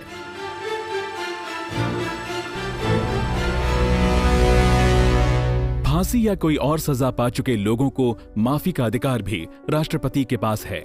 माफी की अर्जी पर राष्ट्रपति के फैसले को कोर्ट में चुनौती नहीं दी जा सकती। हालांकि कोर्ट ये जरूर देख सकती है कि राष्ट्रपति ने फैसला लेते वक्त सभी तथ्यों को देखा या नहीं। भाइयों और बहनों, राष्ट्रपति जी ने आपातकाल की घोषणा की है। राष्ट्रपति के पास आपातकालीन शक्तियां भी हैं। अनुच्छेद 352 के तहत वो पूरे देश या किसी हिस्से में आपातकाल की घोषणा कर सकते हैं। अगर किसी राज्य में कानून व्यवस्था की स्थिति खराब हो गई हो तो अनुच्छेद 356 के तहत राष्ट्रपति वहां की सरकार को बर्खास्त कर शासन अपने हाथ में ले सकते हैं। राष्ट्रपति के अधिकारों पर चर्चा के बाद ये समझ लेना जरूरी है कि राष्ट्रपति का पद संवैधानिक प्रमुख का तो है, लेकिन असली शक्तियां चुनी हुई सरकार के पास हैं। अनुच्छेद 74 ये साफ कहता है कि राष्ट्रपति मंत्रिपरिषद की सलाह के मुताबिक काम करते हैं, यानी अपनी सारी शक्तियों का इस्तेमाल राष्ट्रपति मंत्रिपरिषद की सलाह से ही करते हैं। हालांकि कुछ ऐसे विषय हैं जहां राष्ट्रपति खुद फैसला लेते हैं, जैसे प्रधानमंत्री की नियुक्ति।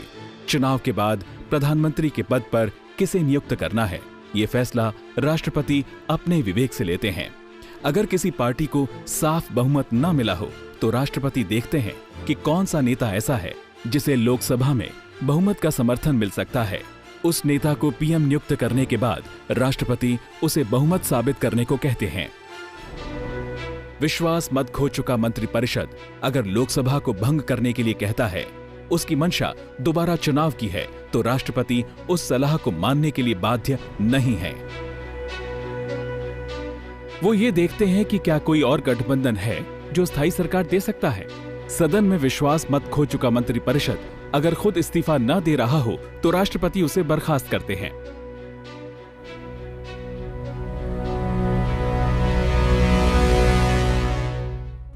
अब राष्ट्रपति के चुनाव पर बात कर लेते हैं।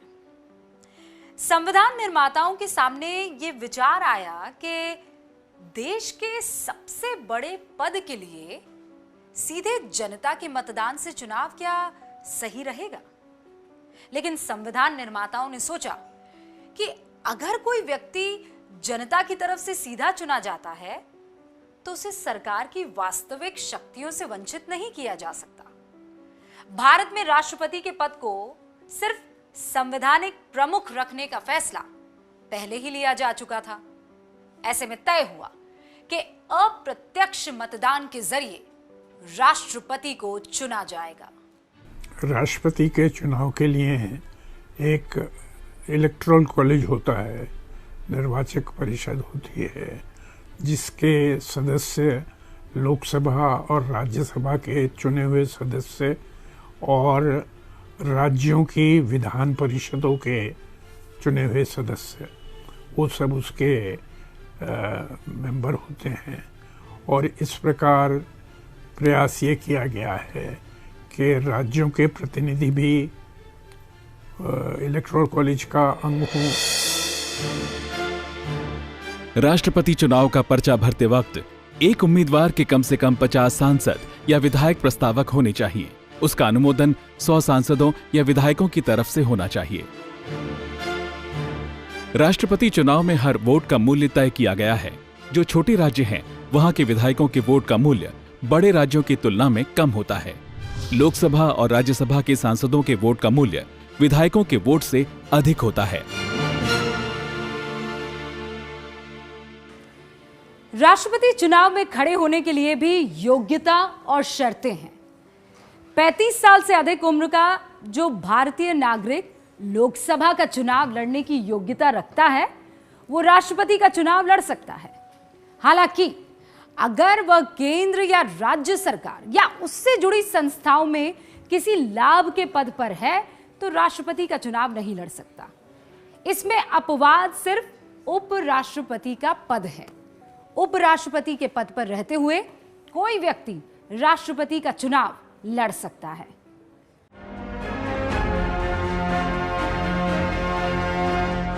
अब सरकार के सबसे अहम हिस्से मंत्रिपरिषद और उसका नेतृत्व करने वाले प्रधानमंत्री की बात। अनुच्छेद 74 में यह लिखा है कि राष्ट्रपति मंत्रिपरिषद की सहायता और सलाह से काम करेंगे, यानी राष्ट्रपति अपनी तरफ से सीधे कोई कदम नहीं उठा सकते, उन्हें मंत्रिपरिषद की सलाह माननी होती है।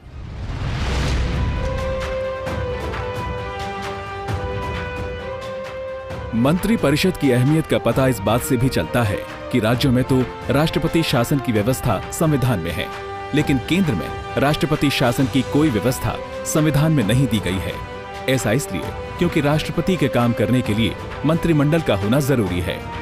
यही वजह है कि जब कोई सरकार लोकसभा में बहुमत खो देती है, तब भी राष्ट्रपति उसे नई सरकार के गठन तक कार्यवाहक तरीके से काम करते रहने को कहते हैं। संविधान के अनुच्छेद 74(1) में साफ लिखा है कि अगर राष्ट्रपति बिना मंत्रिमंडल की सलाह लिए कोई आदेश देते हैं तो वो संविधान का उल्लंघन माना जाएगा, उसकी कोई अहमियत नहीं होगी। संविधान के 44वें संशोधन में ये बात जोड़ी गई कि राष्ट्रपति मंत्रिमंडल की किसी सलाह से आश्वस्त न हो तो उसे दोबारा विचार के लिए मंत्रिमंडल के पास भेज सकते हैं। लेकिन अगर वही सलाह मंत्रिमंडल फिर से भेजता है तो राष्ट्रपति को उसे मानना होगा।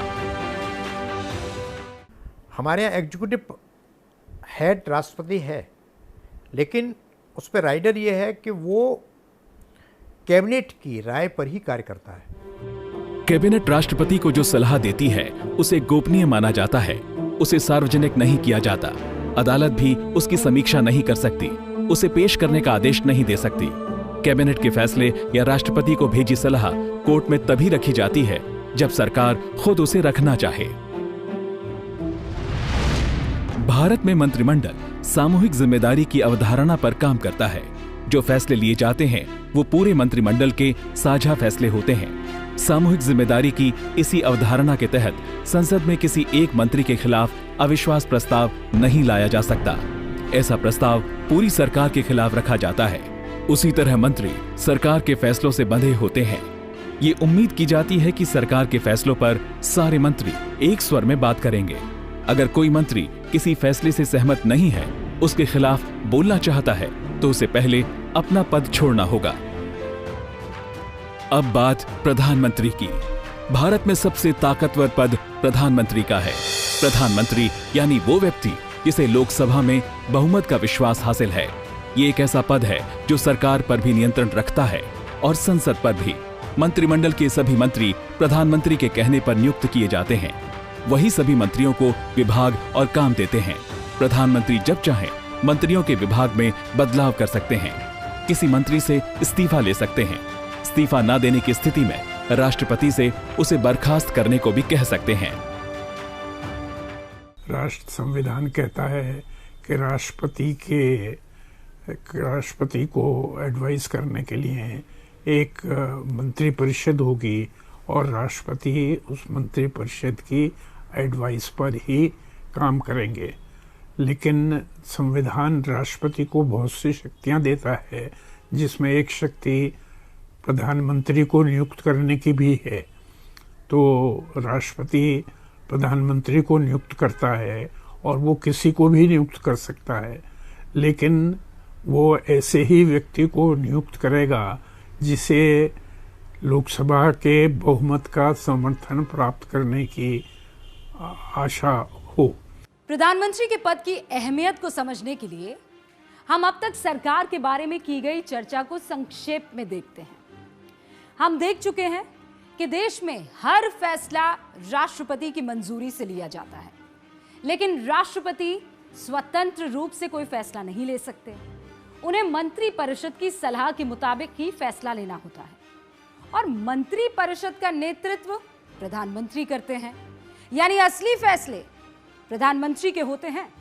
मंत्री परिषद के जरिए राष्ट्रपति को उसकी सूचना दी जाती है। राष्ट्रपति उन पर मुहर लगाने की औपचारिकता पूरी करते हैं।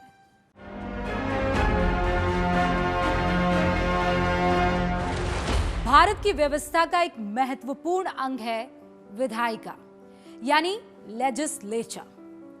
भारत को संसदीय लोकतंत्र माना गया है। ऐसे में विधायिका यानी संसद की अहमियत को समझा जा सकता है, जैसा कि नाम ही से जाहिर है। विधायिका का सबसे महत्वपूर्ण काम है कानून बनाना। संविधान के अनुच्छेद 368 के तहत संसद को संविधान संशोधन का भी अधिकार हासिल है।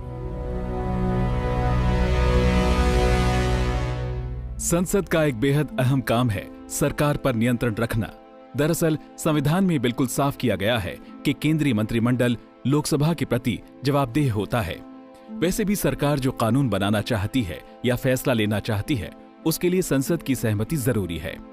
संसद में अलग अलग पार्टियों से आने वाले जनप्रतिनिधि इस पर नजर रखते हैं कि सरकार निरंकुश न हो जाए, उसकी नीतियां जनहित और देशहित में हों। संविधान में कहा गया कि काउंसिल ऑफ मिनिस्टर्स जो है मंत्री परिषद, वो लोकसभा के प्रति उत्तरदायी होगी। तो इसके मायने पूरी मंत्री परिषद और हर एक मंत्री लोकसभा के प्रति जवाबदेह है। तो उसके लिए बहुत सारे प्रक्रियात्मक उपाय किए गए। जो जनता के प्रतिनिधि हैं वो सदन के सामने जनता की समस्याएं लाते हैं और मंत्रियों को उनका जवाब देना होता है।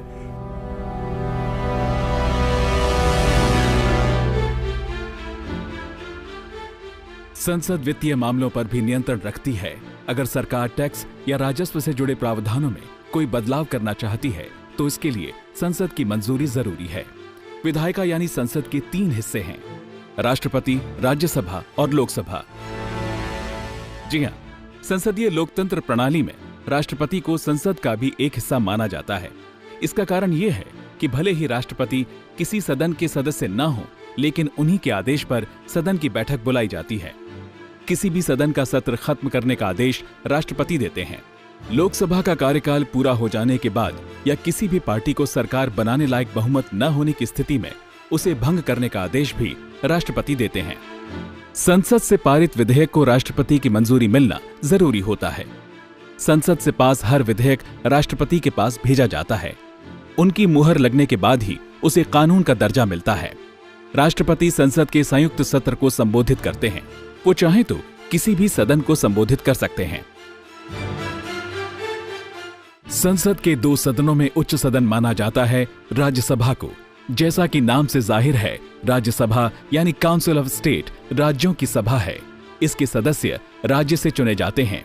चुने हुए विधायक मतदान के जरिए संसद में अपने राज्य का प्रतिनिधित्व करने वाले सदस्य को चुनते हैं। हर स्टेट के गार्जियन के रूप में काम करता है। राज्यसभा जो कि लोकसभा से यदि जल्दी में कोई बिल पास हो जाता है तो उससे अच्छी तरह से स्क्रूटनी करता है ताकि हम गलत जो है बिल पास न करें। इसलिए राज्यसभा जो है ये परमानेंट बॉडी है। राज्यसभा की खासियत है कि ये स्थायी सदन है। इसका कार्यकाल हमेशा रहता है। इसके सदस्य का कार्यकाल 6 साल का होता है। हर 2 साल में राज्यसभा के 1/3 सदस्य रिटायर होते हैं। उनकी जगह पर नए सदस्य आ जाते हैं। इस तरह राज्यसभा काम करती रहती है। राज्यसभा के सभापति देश के उपराष्ट्रपति होते हैं। उपसभापति का चुनाव राज्यसभा के सांसद वोटिंग के जरिए करते हैं। संविधान की मौजूदा व्यवस्था के मुताबिक राज्यसभा के सदस्यों की अधिकतम संख्या 250 तक हो सकती है। इसमें से 12 सदस्य राष्ट्रपति की तरफ से मनोनीत किए जाते हैं। लोकसभा को भले ही निचला सदन कहा जाता है, लेकिन लोकतंत्र की असली शक्ति इसी सदन में निहित है। इसकी वजह यह है कि लोकसभा के सदस्य सीधे नागरिकों के मतदान से चुने जाते हैं। मौजूदा प्रावधान के मुताबिक लोकसभा में अधिकतम 552 सदस्य हो सकते हैं, लेकिन अभी सदस्यों की संख्या 545 ही रखी गई है। जिस राज्य की आबादी ज्यादा है, वहां पर लोकसभा की सीटों की संख्या भी ज्यादा है। फिलहाल सीटों की संख्या तय करने के लिए 1971 की जनगणना को आधार बनाया गया है। सीटों की यही संख्या 2026 तक रहेगी।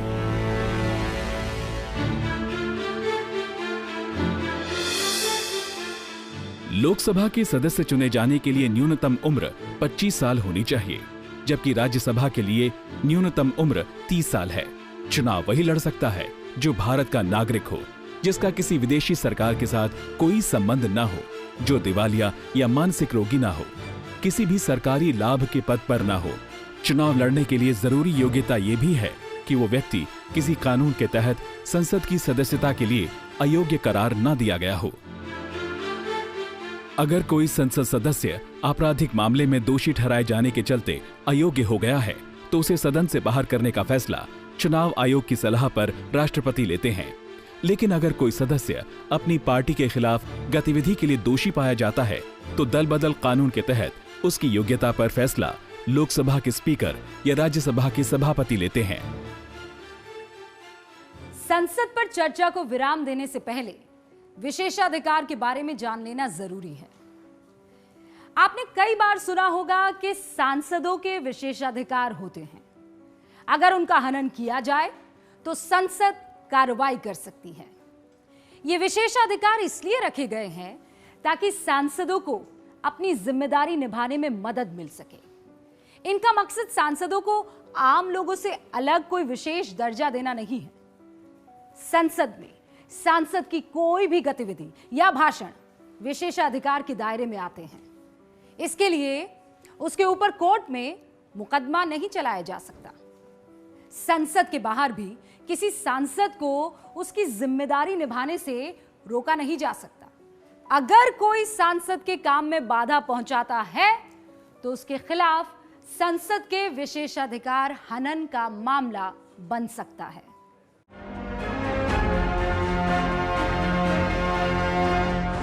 कानून बनाने वाली विधायिका और उसे लागू करने वाली कार्यपालिका के बाद चर्चा न्यायपालिका की।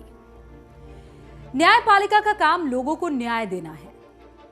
यह देखना है कि देश में सब कुछ कानून और संविधान के मुताबिक हो रहा है या नहीं। साथ ही न्यायपालिका यह भी देखती है कि जो कानून बनाया गया है वो संविधान के मुताबिक सही है या नहीं।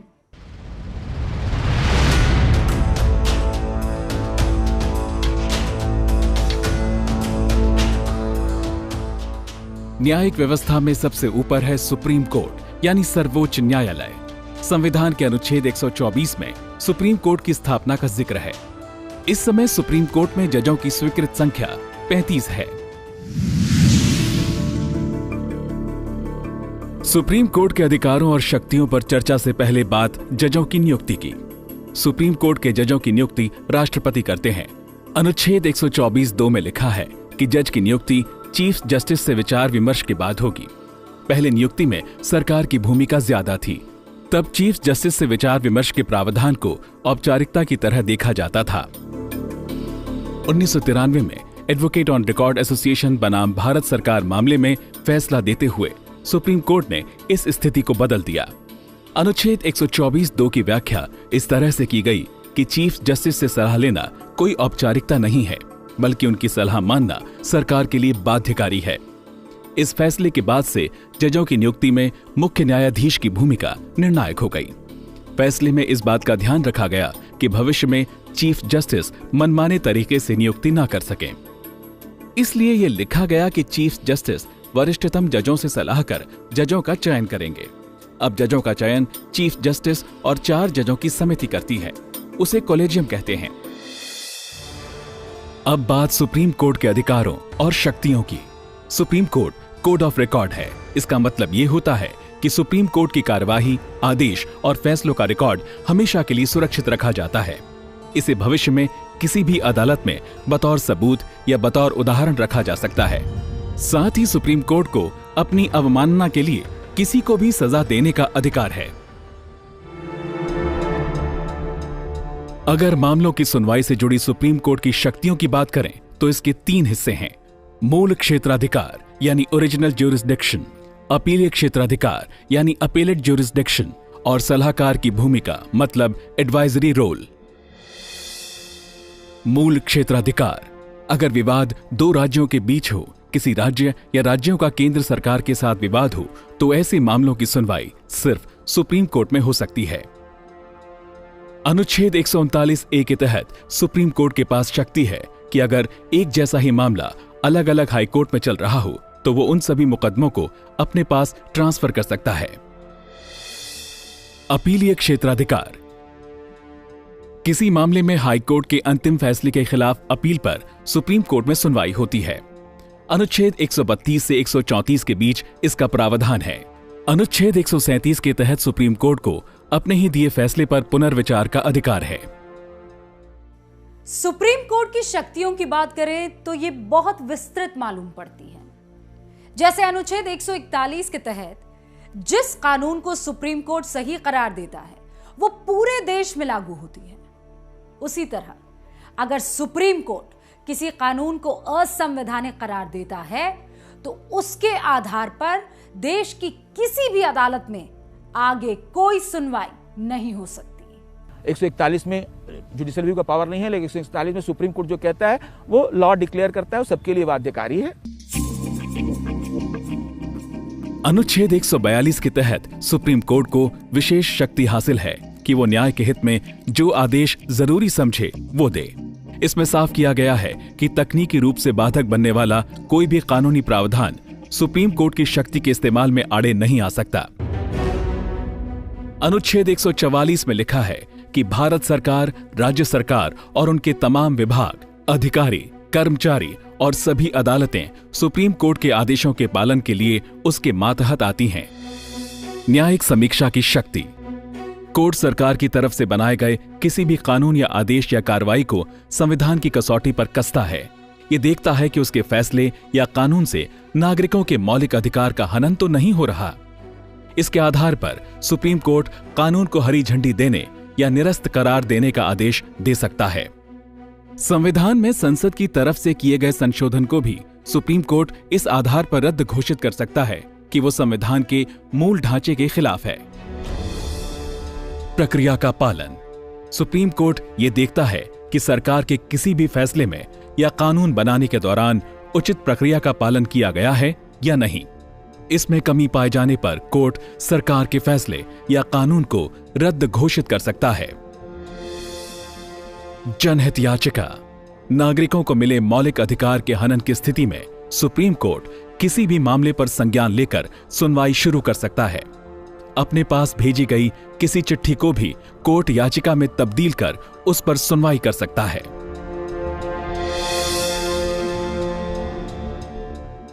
अनुच्छेद 214 और 231 में लिखा है कि हर राज्य का एक हाई कोर्ट होगा। हालांकि हर राज्य का अलग से हाई कोर्ट होना जरूरी नहीं है। छोटे राज्यों की स्थिति में किसी हाई कोर्ट का क्षेत्राधिकार एक से ज्यादा राज्य या केंद्र शासित प्रदेश में भी हो सकता है। हाई कोर्ट अपने अधिकार क्षेत्र में आने वाली सभी अदालतों के ऊपर होता है। उसे न्याय के हित में फैसले लेने का अधिकार है। हाई कोर्ट को यह अधिकार हासिल है कि वो गलत तरीके से दर्ज किए गए एफआईआर को रद्द कर सकता है। अनुच्छेद 226 के तहत हाई कोर्ट के अधिकार क्षेत्र में रह रहा कोई भी नागरिक मौलिक अधिकारों के हनन या किसी दूसरे अधिकार के हनन की स्थिति में सीधे हाई कोर्ट का दरवाजा खटखटा सकता है। हाई कोर्ट न्याय के हित में जरूरी आदेश जारी करने का अधिकार रखता है। विधानसभा, लोकसभा और राज्यसभा के चुनाव के बाद अगर कोई प्रक्रिया को लेकर शिकायत करना चाहता है तो इसके लिए चुनाव याचिका सीधे हाई कोर्ट में दाखिल होती है।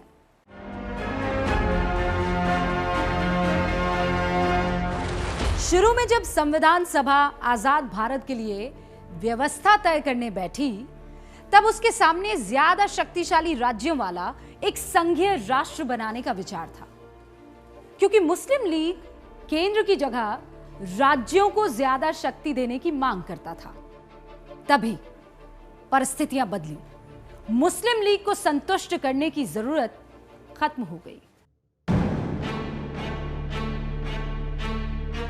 5 जून 1947 को माउंटबेटन प्लान सामने आया, जिसमें धार्मिक आधार पर भारत के विभाजन को मंजूरी दी गई थी।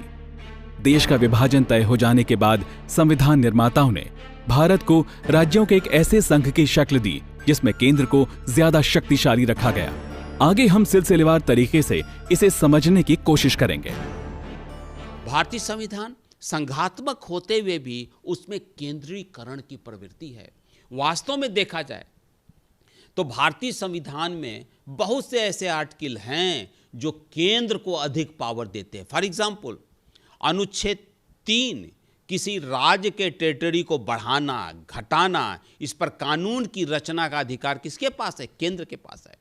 किसी राज्य में अपॉइंटमेंट ऑफ द गवर्नर का अधिकार किसके पास है? केंद्र के पास है।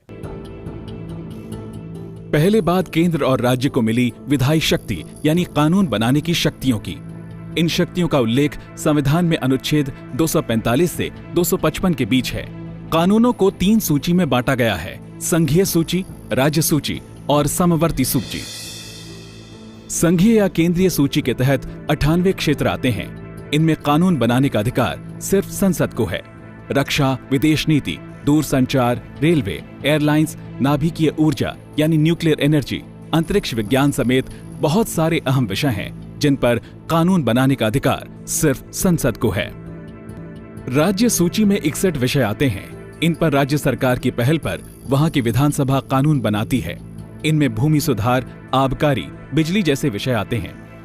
वैसे तो इन विषयों पर कानून बनाना राज्य विधानसभा का विशेषाधिकार है, लेकिन विशेष परिस्थितियों में संसद भी इन पर कानून बना सकता है। ज्यादातर मामलों में संसद से पास राज्य सूची के विषय वाले कानून को एक सीमित अवधि के लिए लागू किया जाता है। समवर्ती सूची में वो मामले आते हैं जिन पर संसद और विधानसभा दोनों को ही कानून बनाने का अधिकार है। इस तरह के कुल 52 विषय होते हैं। अगर संसद और किसी राज्य की विधानसभा दोनों एक ही विषय पर अलग अलग कानून बना दें तो संसद के बने कानून को ही प्राथमिकता दी जाएगी। संसद का बनाया कानून ही लागू होगा। विशेष परिस्थिति में अगर राष्ट्रपति राज्य के बने कानून को मंजूरी देते हैं तो वो कानून संबंधित राज्य में लागू हो सकता है। 249, 250, 252, 53। 249 क्या है? राष्ट्रहित में, लेकिन टेम्पोररी लॉ है, राज्यसभा बनाती है, 1 साल के लिए रहता है। लेकिन राज्य भी इसमें विधि बना सकता है, संसद भी विधि बना सकता है। ठीक है। उसके बाद 252 है, 2 राज्यों की विधानसभाएं प्रस्ताव पारित करें तो राज्य सूची के विषय पर संसद कानून बना सकती है। 253 क्या है कि अंतर्राष्ट्रीय संधि, समझौता या अंतर्राष्ट्रीय सम्मेलन या अंतर्राष्ट्रीय संस्था जैसे WHO हो, ILO के द्वारा लिए गए निर्णय को भी सरकार उसके लिए संसद कानून बना सकती है और वो कानून पूरे देश में लागू होगा और राज्य भले ही वो विषय राज्य सूची में हो। अब राज्यों पर केंद्र की निगरानी और नियंत्रण का सबसे बड़ा उदाहरण, संविधान में हर राज्य के लिए एक राज्यपाल का पद रखा गया है, जो उस राज्य के संवैधानिक प्रमुख होते हैं। राज्यपाल राज्य में केंद्र के प्रतिनिधि होते हैं। वो समय समय पर केंद्र को रिपोर्ट भेजते हैं। उनकी रिपोर्ट के आधार पर केंद्र सरकार राज्य के कामकाज की समीक्षा करती है और जरूरी कदम उठाती है। अनुच्छेद 352 से 360 के बीच जहां केंद्र सरकार की आपातकालीन शक्तियां दी गई हैं, वहीं उल्लेख है अनुच्छेद 355 और 356 का। अनुच्छेद 355 केंद्र सरकार की यह जिम्मेदारी तय करता है कि वो किसी भी राज्य को बाहरी आक्रमण या आंतरिक अव्यवस्था से बचाए। साथ ही केंद्र सरकार की ये जिम्मेदारी भी तय की गई है कि वो सुनिश्चित करे कि राज्य सरकार संविधान के दायरे में काम कर रही है।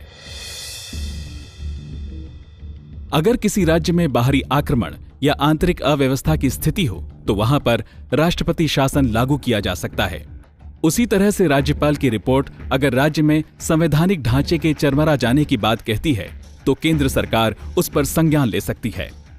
राष्ट्रपति केंद्रीय मंत्रिमंडल की सलाह पर अनुच्छेद 356 के तहत राज्य में सत्ता चला रही सरकार को बर्खास्त कर शासन अपने हाथ में ले सकते हैं। अनुच्छेद 356 के तहत लागू राष्ट्रपति शासन को संसद की मंजूरी मिलना भी जरूरी होता है। अगर संसद से राष्ट्रपति शासन का प्रस्ताव खारिज हो जाता है तो सरकार को उसे हटाना पड़ता है। अनुच्छेद 356 के तहत लगने वाला जो राष्ट्रपति शासन है वो एक बार में 6 महीने तक के लिए ही लग सकता है। विशेष परिस्थितियों में अगर उसे विस्तार देना जरूरी हो तब भी इसकी अधिकतम अवधि 3 साल तक की होती है। पंजाब में आतंकवाद के दिनों में 61वां संविधान संशोधन करके वहां पर 5 साल तक के लिए राष्ट्रपति शासन जारी रखा गया था।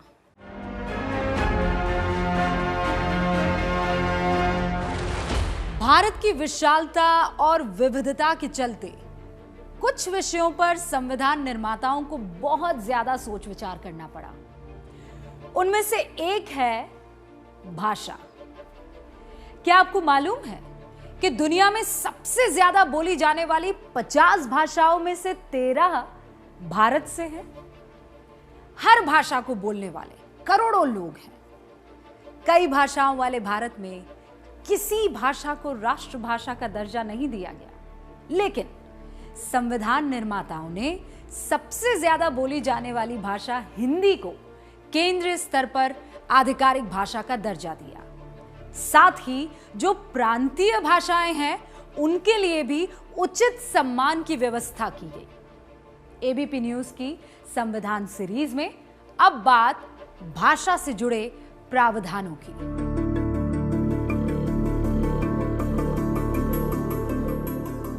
भाषा को लेकर मुख्य प्रावधानों पर चर्चा करने से पहले बात अनुच्छेद 29 और 30 की। संविधान सीरीज में हम पहले ये देख चुके हैं कि ये दोनों अनुच्छेद मौलिक अधिकारों का हिस्सा हैं। इनमें अल्पसंख्यकों के संरक्षण की बात कही गई है। यह साफ लिखा है कि अल्पसंख्यक का अर्थ सिर्फ धार्मिक या सांस्कृतिक नहीं बल्कि भाषाई अल्पसंख्यक भी है। अगर किसी क्षेत्र में किसी भाषा के बोलने वाले अल्पसंख्यक हों तो वो अपनी भाषा के संरक्षण के लिए स्कूल या कॉलेज खोल सकते हैं। संविधान के अनुच्छेद 120 में संसद के कामकाज की भाषा पर चर्चा की गई है। इसमें हिंदी और अंग्रेजी को संसदीय कामकाज की भाषा कहा गया है। साथ ही ये भी कहा गया है कि अगर कोई सांसद अपनी बात हिंदी या अंग्रेजी में रख पाने में सक्षम नहीं है तो सभापति उसे उसकी मातृभाषा में बात रखने की अनुमति देंगे। उसके भाषण का हिंदी और अंग्रेजी अनुवाद बाकी सांसदों को उपलब्ध कराया जाएगा। इसी तरह अनुच्छेद 210 में राज्य विधानसभा की भाषा का जिक्र है। इसमें लिखा गया है कि विधानसभा के कामकाज की भाषा उस राज्य की आधिकारिक भाषा या हिंदी या अंग्रेजी हो सकती है। मतलब राज्य में जो भाषा प्रमुखता से बोली जाती है उसे वहां वही दर्जा दिया जाएगा जो केंद्रीय स्तर पर हिंदी का है। अनुच्छेद 343 से 351 तक भाषा को लेकर विशेष प्रावधान किए गए हैं। दरअसल जब संविधान निर्माता भाषाओं को लेकर चर्चा कर रहे थे तो उनके सामने सबसे बड़ा सवाल यह था कि क्या भारत में कोई राष्ट्रीय भाषा रखी जाए। बहुत से संविधान निर्माता हिंदी को राष्ट्रभाषा का दर्जा देना चाहते थे, लेकिन इसे लेकर विवाद हो रहा था। ऐसे में काफी चर्चा के बाद हिंदी को आधिकारिक भाषा का दर्जा दिया गया। संविधान के मुताबिक देवनागरी लिपि में लिखी जाने वाली हिंदी भारत की आधिकारिक भाषा है। इसमें न्यूमेरल्स यानी गिनती के लिए इस्तेमाल होने वाली संख्या का प्रयोग हिंदी में होगा, लेकिन उसे लिखने का स्वरूप वही होगा जिसे अंतरराष्ट्रीय मान्यता है। मतलब आधिकारिक रूप से हम 1 2 3 4 की बजाय 1 2 3 4 बोलते हैं, लेकिन उसे लिखा उस स्वरूप में नहीं जाता जो देवनागरी लिपि का स्वरूप है। उसे अंतरराष्ट्रीय रूप से लिखे जाने वाले स्वरूप में ही लिखा जाता है। संविधान में यह भी लिखा गया है कि अंग्रेजी 15 साल तक आधिकारिक भाषा का दर्जा रखेगी। इसके बाद संसद की इजाजत से यह दर्जा हटाया जा सकता है। अनुच्छेद 345 में राज्यों की आधिकारिक भाषा पर चर्चा की गई है। इसके मुताबिक किसी राज्य की विधानसभा वहां बोली जाने वाली एक या एक से ज्यादा भाषाओं को आधिकारिक भाषा का दर्जा दे सकती है। वहां सरकारी कामकाज उस भाषा में किया जा सकता है। हालांकि जब राज्य सरकार को केंद्र सरकार के साथ संवाद करना हो तो ऐसा उसी भाषा में हो सकता है जिसे केंद्रीय स्तर पर आधिकारिक भाषा माना गया है। अनुच्छेद 348 में उच्च अदालतों यानी सुप्रीम कोर्ट और हाई कोर्ट के साथ कानून, अध्यादेश वगैरह की भाषा का जिक्र है। लिखा गया है कि सुप्रीम कोर्ट और हाई कोर्ट के कामकाज की भाषा अंग्रेजी होगी। केंद्र और राज्य के स्तर पर आधिकारिक भाषाओं को दर्जा देने के बावजूद संविधान में इस बात का विशेष ध्यान रखा गया है कि इसके चलते सामान्य नागरिकों को कोई दिक्कत ना हो।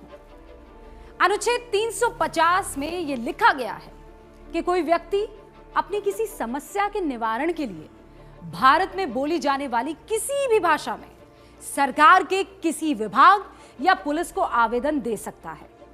उसका आवेदन लेने से कोई भी विभाग यह कहकर मना नहीं कर सकता कि उसे जिस भाषा में लिखा गया है वो आधिकारिक भाषा नहीं है। भाषा पर चर्चा को विराम देने से पहले आखिरी बात संविधान की 8वीं अनुसूची की। इसमें 22 भाषाओं को मान्यता प्राप्त भाषा का दर्जा दिया गया है। ये भाषाएं हैं असमीज, बांग्ला, गुजराती, हिंदी, कन्नड़, कश्मीरी, मराठी, मलयालम, उड़िया, पंजाबी, संस्कृत, तमिल, तेलुगु, उर्दू, सिंधी, कोंकणी, मणिपुरी, नेपाली, बोडो, डोगरी, मैथिली और संथाली। भाषा से जुड़े प्रावधानों को देखने पर साफ हो जाता है कि संविधान में देश की हर भाषा को पूरा सम्मान दिया गया है। हमारा संविधान दुनिया के सबसे बड़े लोकतंत्र हमारे देश भारत को महानतम बनाता है। 70 साल पहले 26 नवंबर 1949 के दिन संविधान सभा में हमारा संविधान पारित हुआ। आज हम गर्व से इस दिन को संविधान दिवस के नाम से मनाते हैं। हम उम्मीद करते हैं कि एबीपी न्यूज की इस खास सीरीज के जरिए भारत का एक आम नागरिक भी संविधान के पहलुओं को जान और समझ पाया होगा। अगर आम नागरिक मजबूत होगा तो इससे हमारा लोकतंत्र और भी मजबूत होगा। जय हिंद।